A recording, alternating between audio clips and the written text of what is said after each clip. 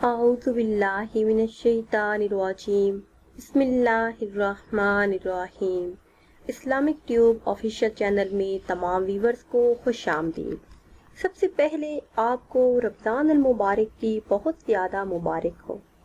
رمضان المبارک کے ساتھ موسم گرما کے پھلوں کا بھی آغاز ہو چکا ہے، جن میں ایک پھل تربوز ہے۔ آج کی اس خاص ویڈیو میں تربوز کے فائدے آپ کو بتائیں گے۔ ویڈیو کی طرف آگے بڑھنے سے پہلے آپ سب سے ایک چھوٹی سی گزارش ہے کہ اگر ابھی تک آپ نے ہمارے چینل کو سبسکرائب نہیں کیا اور چینل پر نئے ہیں تو چینل کو سبسکرائب کر لیں اور ساتھ لگے بیل آئیکن کے بٹن کو لازمی پریس کریں تاکہ ہر نئی آنے والی ویڈیو سب سے پہلے آپ کو ملے۔ اللہ تبارک و تعالی نے تربوز کے اوپر والے چھلکے کو مضبوط رکھا ہے تاکہ یہ پھل موسم کی گرمی سے بچ سکے۔ تربوز کو کھانے کا بہتر طریقہ یہ ہے کہ تربوز کو بازار سے پورا خرید کر لائیں اور گھر آ کر اسے کاٹا جائے اور تربوز پر کالا نمک چھڑک کر استعمال کیا جائے تو جلدی ہضم ہو جاتا ہے اور کوئی نقصان نہیں دیتا۔ تربوز کھانے کے 2 گھنٹے بعد تک کوئی پانی وغیرہ استعمال نہ کیا جائے۔ جگر کے تمام امراض کے لیے تربوز نہایت ہی فائدہ مند ہے۔ جگر کا صحیح کام نہ کرنا، جگر کا بڑھ جانا، خون پیدا نہ کرنا، جسم کا گرم رہنا، جسم سے گرمی نکلنا، ان تمام امراض میں تربوز کے 250 ملی لیٹر جوس میں 50 ملی لیٹر سرکہ ملا کے دن میں 2 سے 3 مرتبہ استعمال کرنے سے فائدہ ملتا ہے۔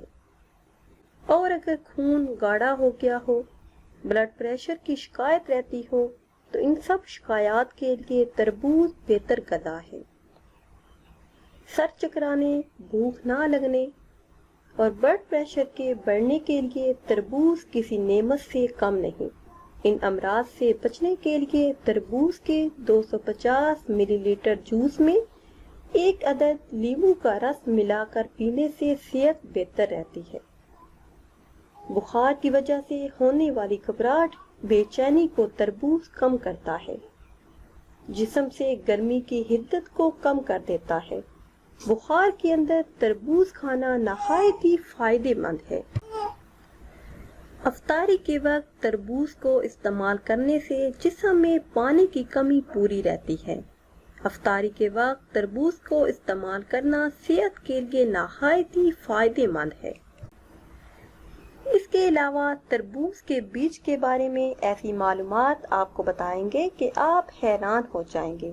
تربوز کے بیج پروٹین سے مالا مال ہوتے ہیں، لیکن آج کل تربوز کے بیج نکال کر تربوز کو استعمال کیا جاتا ہے۔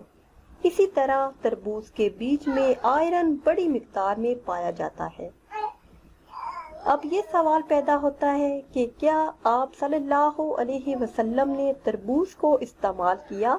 آپ صلی اللہ علیہ وسلم نے تربوز کو کھجور کے ساتھ تناول فرمایا ہے۔ کھجور کا مزاج گرم ہوتا ہے اور تربوز کا ٹھنڈا۔ اس طرح جسم میں مقدار برابر رہتی ہے۔ امید کرتے ہیں کہ آج کی یہ خاص ویڈیو آپ کو پسند آئی ہوگی۔